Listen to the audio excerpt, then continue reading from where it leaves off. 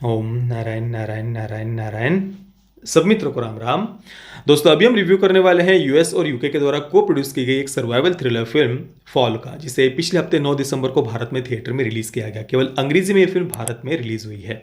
America में वैसे इसे 12 अगस्त को ही रिलीज किया गया था, पर भारत में काफी देरी से ये फिल्म रिलीज हुई है। फिल्म कुल मिलाकर केवल 1 घंटे और 47 मिनट की है। फिल्म के को राइटर और डायरेक्टर है स्कॉट मैन। और मैंने इस फिल्म को अभी 3 दिन पहले ही थिएटर में देखा। जब मैं अवतार देखने के लिए दूसरी जगह पर गया हुआ था, तो वहाँ पर ये फिल्म भी लगी हुई थी, तो मैंने साथ में ही इस फिल्म को भी देख लिया था।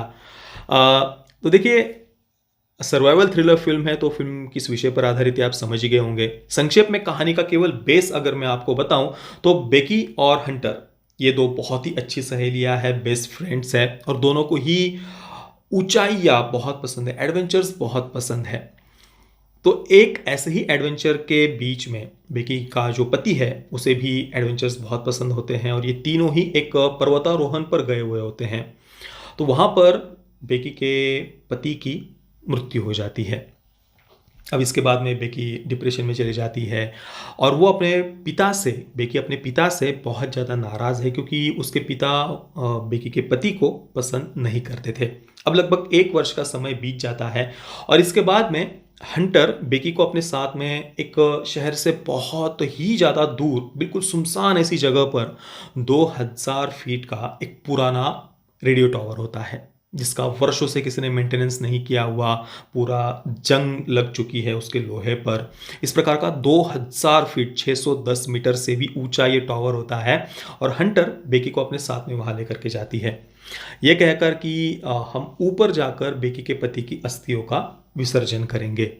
अब बेकी के पति को भी ऊंचाइयां पसंद होती है, एडवेंचर पसंद होता है, तो वहां ऊंचाई पर जाकर उसकी अस्थियों का विसर्जन करेंगे तो उसके पति की आत्मा को शांति मिलेगी, ऐसा उनका मानना होता है। अब इसके बाद क्या होगा वो आप गेस कर सकते हैं। सर्वाइवल थ्रिलर फिल्म है। ये दोनों जैसे जैसे करके उस 2000 फीट ऊंचे टावर पर चढ़ तो जाती है, पर जाने के बाद में जो सीढ़ी है वो टूटकर गिर जाती है। काफ़ी लंबे समय से इसका मेंटेनेंस नहीं हुआ होता। अब इसके बाद में बेकी और हंटर के साथ में क्या होगा, इस 2000 फीट ऊंचे टावर से वो नीचे कैसे आएंगे, क्योंकि दूर दूर तक भी कोई भी नहीं है। वो कितना भी चिल्ला ले तो भी उनकी आवाज़ नीचे आने का भी कोई प्रश्न ही नहीं उठता। वहाँ पर कोई मोबाइल का सिग्नल भी नहीं है, रेडियो उन टावर के कारण वहाँ पर सिग्नल नहीं आ पा रहा होता। अब इसके बाद ये दोनों क्या करेंगे, ये जानने के लिए आपको फिल्म देखनी पड़ेगी। अब देखिए, ये जो 2000 फीट की ऊंचाई है ना, वो केवल बोलने के लिए नहीं है वो सीरियसली हम फील करते हैं 2000 फीट की उस ऊंचाई को। वैसे फिल्म देखते समय तो ये 2000 फीट से भी काफ़ी ऊंचा ये टावर लगता है, और अगर किसी को ऊंचाई से डर लगता हो ना, तो ये फिल्म देखते समय उसे बहुत बहुत ज़्यादा परेशानी होने वाली है, पेट में काफ़ी ज़्यादा गुड़गुड़ होने वाली है, हो सकता है कि सर भी चकराने लग जाए।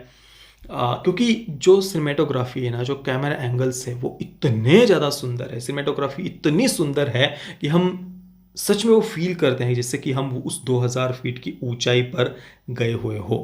और थिएटर में तो वो देखते समय ऐसा लग रहा था जैसे हम खुद ही वहाँ पर चढ़ रहे हो, और हम खुद ही वहाँ पर उस ऊंचाई पर गए हुए हैं।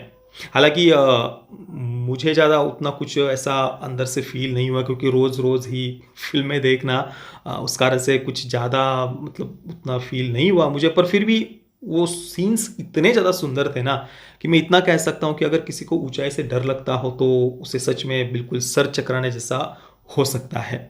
तो टेक्निकली फिल्म बढ़िया थी, वेल मेड है। परफॉर्मेंसेस उतने ज़्यादा बढ़िया नहीं थे। एक जो हंटर का कैरेक्टर है, उसको तो मतलब जैसे बस ग्लैमर के लिए ही फिल्म में उपयोग किया गया था, ऐसे लग रहा था। बाकी जो सिचुएशंस उन्होंने क्रिएट की है, कुछ कुछ काफ़ी इलॉजिकल लगती है, और कुछ काफ़ी बढ़िया लगती है। ओवरऑल मतलब जो बातें इलॉजिकल भी लगती है, उनको हम इग्नोर कर सकते हैं कि ठीक है, मतलब उतना ज़्यादा शायद डायरेक्टर ने ध्यान नहीं रखा होगा। पर ओवरऑल ऐसा कहीं पर भी नहीं कि बहुत ज़्यादा कोई बात हमें परेशान करे। एक सर्वाइवल थ्रिलर में सबसे ज़्यादा महत्वपूर्ण यही होता है कि जिस बहुत ही कठिन ऐसी सिचुएशन में फिल्म का मुख्य पात्र फंसा हुआ है, वो हमें कम से कम लॉजिकल लगे। ऐसा नहीं कि यार ऐसा तो हो ही नहीं सकता, तो कम से कम वैसा नहीं लग रहा था। बस एक बात जो परेशान करती है कि यार 2000 फीट का ये ऊंचा टावर है, जहाँ पर ऐसे ही कोई भी आराम से जा रहा है, कोई सिक्योरिटी नहीं वहाँ पर, और अगर उसका कई वर्षों से मेंटेनेंस नहीं हुआ तो वहाँ पर जाने की किसी को परमिशन होनी ही नहीं चाहिए, पर बड़ी ही आसानी से ये वहाँ पर पहुँच जाते हैं। ऐसी कुछ बातें थोड़ी-सी इलॉजिकल लगती हैं, और ओवरऑल फ़िल्म के जो विजुअल्स है, जो सिनेमैटोग्राफी है, वो बहुत बहुत ज़्यादा सुंदर है।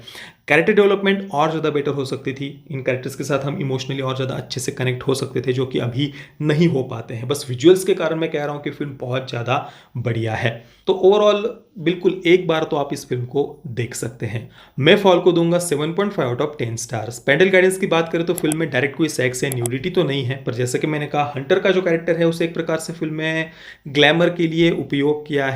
जो कैमरा है वो बार-बार उसके क्लीवेज पर जाता है। इसके अलावा फ़िल्म में थोड़ा बहुत वायलेंस भी है।